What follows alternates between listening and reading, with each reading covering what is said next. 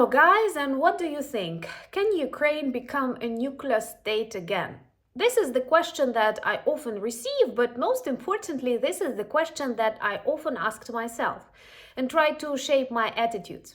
And before I will introduce you to an extremely interesting history, present and potentially future of the nuclear weapons in Ukraine, Ukrainian attitudes towards that, and these general tendencies in the world as Russia continues to escalate and some of our allies become weaker and frightened, more and more countries actually think about becoming nuclear, not just Ukraine retaining its status.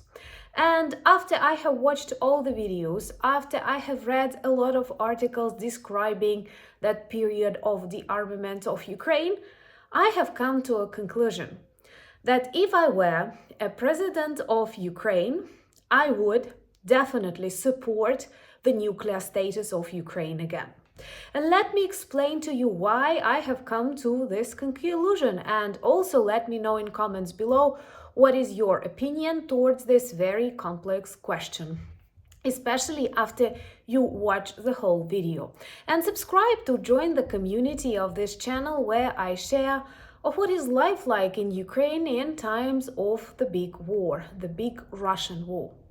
Ukraine was a nuclear country when it was a part of the USSR, but Ukraine has always been a separate republic. That's why we are UN members too. What is interesting, we actually had the third nuclear arsenal in the world. And that is quite understandable, taking into account that the Kremlin always planned to attack the United States, Europe. That's why the majority of their nuclear warheads were located right in Ukraine and even in the western cities of Ukraine. For example, Vinnytsia and Khmelnytsky, this is not the southern or eastern part of Ukraine closer to Russia, but in the center or to the west of Ukraine. And Ukraine possessed a lot of nuclear weapons, nuclear warheads. They were located deep underground. We had specific forces responsible for that and well trained, because everything was developed in times of the Cold War, which Putin has actually revived. And those of you who thought that we won the Cold War, well, the reality is different, and Putin continues to fight against the West for the reconstruction of the monstrous Soviet Union. Let's not let him do that, because Russia lives in the past. One of the very popular myths that Russia brought into global media, and now a lot of politicians repeat that, both in Ukraine and outside, that Ukraine, independent Ukraine, was not able to maintain these warheads, cruise carriers, and that a lot of warheads actually had an expiry date and were old and so on. This is not true. This is exactly what the Kremlin wanted you to believe. Because, first of all, the majority of these missiles were pretty new and produced in the last years of the USSR. So technically, they were fully functional at least until 2005-2006, and we gave them up 10 years before this expiry date. So no, not the reason that we could not maintain them was the reason, but this pressure of Russia that of course wanted to reconstruct Soviet Union that collapsed so unexpectedly for the Kremlin. And unfortunately, those democratic countries like the United States, Britain, who decided to choose Russia as a guarantor of peace and security in my part of the world. So many of these warheads were produced back in 1989 and were fully functional without any additional maintenance by 2005-2006. And Budapest Memorandum is 1994. I am sorry.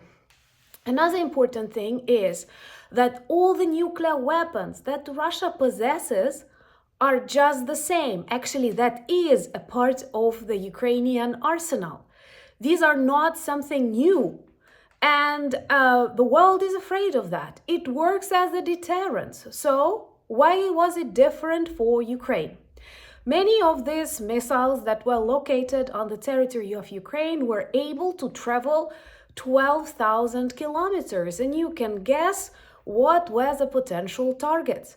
And don't ignore it when Putin keeps threatening not just Ukraine, that's already his tradition, but the United States, Europe. If he is not stopped, if he is not punished, if serious work is not done with the population of Russia, same as it was after the fall of the Nazi regime with the Germans, they will continue destroying the world and the planet. Also, what is interesting, there were a lot of super missiles that could carry 10 nuclear warheads at once. So it's not just one explosion, but 10 simultaneous explosions in pretty close locations. Ukraine was pushed to sign Budapest Memorandum for the security guarantees. But, of course, that's a joke. What I hate, there are a lot of advisors who tell Ukrainians not to remind the world about the Budapest Memorandum because, well, we failed you, but you kinda have to accept that and go on. Don't be negative. I am sorry. We are in this full-scale war for 3.5 years already. We are under constant Russian attacks for 11 years, and I have my opinion, and the majority of Ukrainians share it. If one part does not follow the agreement, the other side, the other party is free from its obligations too. That is why we do talk about the potential restoring of the nuclear status, and in the second half of the video I will tell you what do our scientists, what do our experts think, is it possible, is it likely. But before that, according to these preliminary plans and the Budapest Memorandum, Ukraine was supposed to destroy its nuclear warheads. The plan was not to give them to Russia and thus make Russia's nuclear potential way stronger. But something went wrong, and I am sorry, my American friends, I never equate you to the White House. This is another example when the White House demonstrated its weakness and agreed on Russia's proposal not to destroy the warheads but to take care of them, so that in future Russia has more warheads to threaten Ukraine, the United States, Britain, and all the other world. That is insane. That is an example how following Russia's demands threatens the whole world. This is an example how weakness, how negligence, how belief that you can negotiate something with the Kremlin leads to more wars, more conflicts, and unfortunately more deaths on this planet. So instead of destroying these warheads and making the world safer, Ukraine, with the help of, friends from the Western world, gave these warheads and strengthened Russia. And now they use these nuclear weapons to threaten us, and they also have a lot of bombers, cruise missile carriers that are designed to work with nuclear warheads, but they can also work with ordinary missiles. And every night, Russians use them to bomb Ukrainian cities. So, taken by deceive out of Ukraine, bombers are now used to bomb Ukraine. And you say, you don't say, but I mean, a lot of weak politicians keep saying, well, that was a mistake, but what can we do now? Well, you can, for example, cover the skies above Ukraine. That is not an escalation. That is not a direct attack on Russia, but that is at least a tiny part of those obligations that you took on yourself when you pushed the independent Ukraine to give up its nuclear potential and bombers to Russia, the most aggressive country on the planet. I am sorry, but that is the truth. So, another interesting fact is that those warheads that Russia possesses now and tries to threaten us with, well, first of all, they are same old as the Ukrainian ones. They do not conduct tests that they are supposed. They do not maintain them properly. And here is a very important moment that deserves your likes. A lot of things necessary for the maintenance of their cruise missile carriers, of their nuclear warheads, were produced in Ukraine. For example, such factory as Pivdenmash. If I'm not mistaken, President Kuchma comes from being like the head of that plant. And it was huge. It was one of the very strategic factories in Ukraine. It still is. Same as hundreds and thousands of people who work there. And even after giving up our nuclear weapons, people who worked for Pivdenmash continued the maintenance of those missiles. They stopped doing that after the start of the Russian war in Ukraine. So we may say all this time Russian missiles, nuclear missiles, and cruise missile carriers are in a very bad condition, especially the ones that were destroyed during spiderweb operation.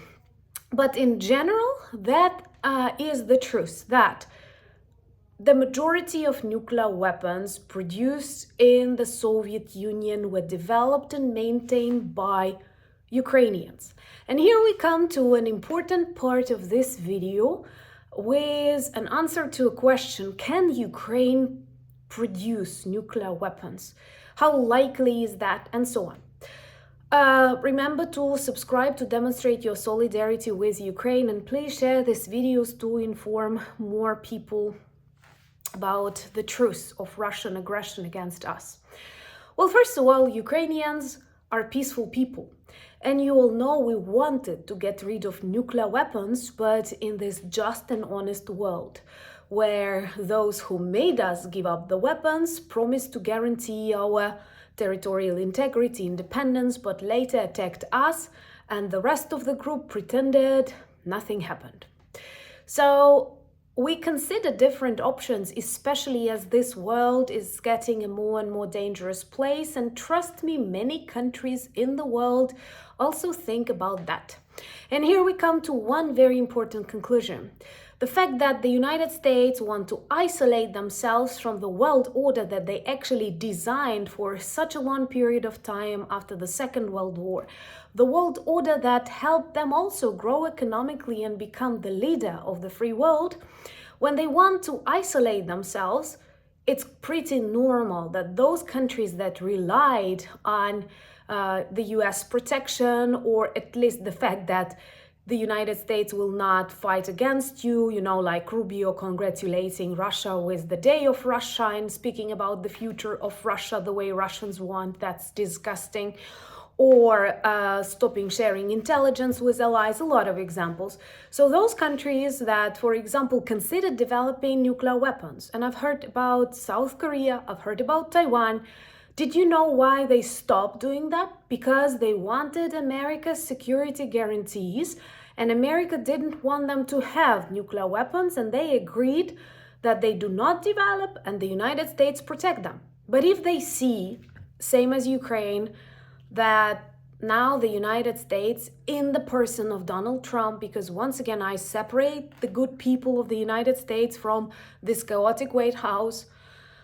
So when he decides to side with Russia, it's quite logical that those who relied on the United States will start relying on themselves. And here we come again to the idea of the nuclear weapons.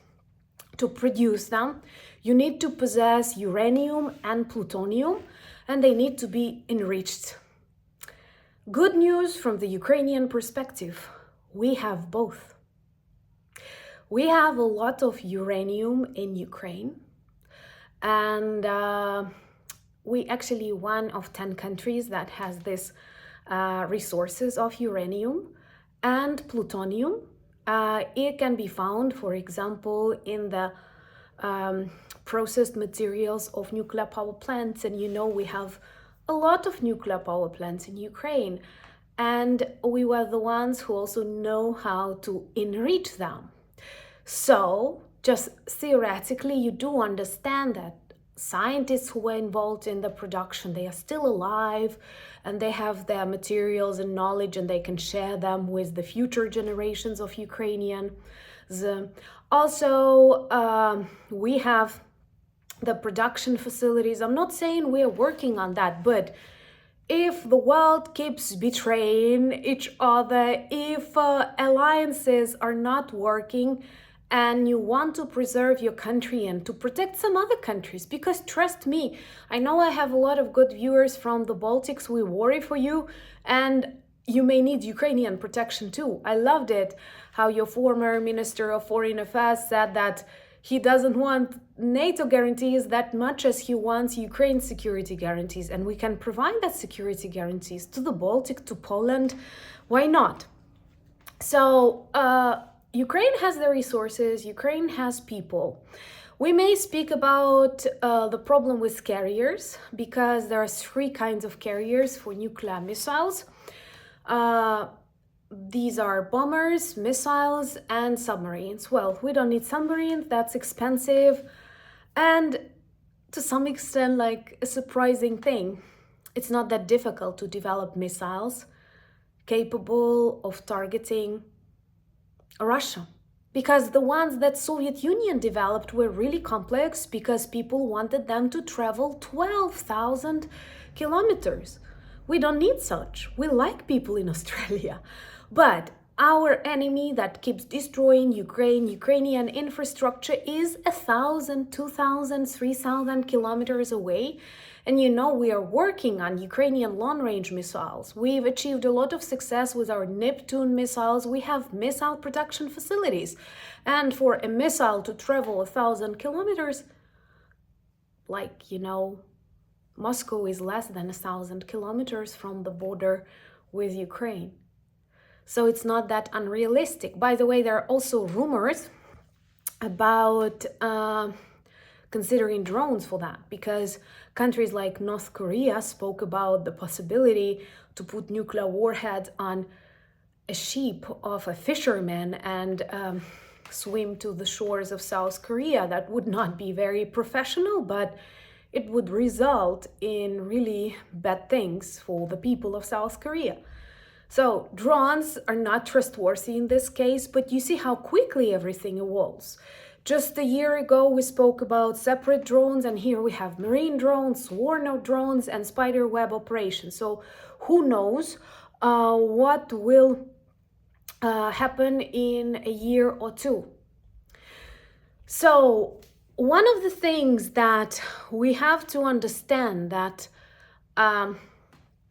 actually, an interesting fact that I forgot to tell you about, Ukraine, after giving up nuclear warheads, had a lot of uranium left, like 100 kilos. And President Yanukovych, who wanted to gain his popularity in the Western world, that was the task by Russia, he agreed to give up that 100 kilos of uranium because Obama asked him. And did you know, like, Obama asked him and Yanukovych agreed to return this 100 uranium kilograms, do you know where? To Russia. To Russia. Well, it's not the first time Ukraine's been tricked, Ukrainian people being betrayed. So I don't plan to become a president of Ukraine, that's good news. But if I were, I would definitely start working on the nuclear program. They say sanctions may appear. Well, you see how slow people are with sanctions right now. And you see how easily many go beyond these sanctions. And you see that more and more countries want to strengthen their military arsenals, understanding that authoritarian regimes stopped following the rules, that some of one's strongest leaders want to give up, and like Trump is all about worshiping himself and not thinking how important it is to remain friends with the countries that share your, if not values, because Trump is not about values, then at least your lifestyle. Trust me, Trump would not like living in Tambov or Ryazan, but I would like him to travel and spend the rest of his life somewhere deep inside the Russian periphery. Let me know what are the other topics you would like to discuss on this channel. Let me know in the comments below, what do you think about the potential restoring of the nuclear status for Ukraine. What are your thoughts, opinions, concerns? And also follow me on other social media. The links are in the description of this video. Thank you for buying me coffees, becoming my patrons and sponsors of the channel, but most importantly, thank you for standing with Ukraine. Slava Ukraini!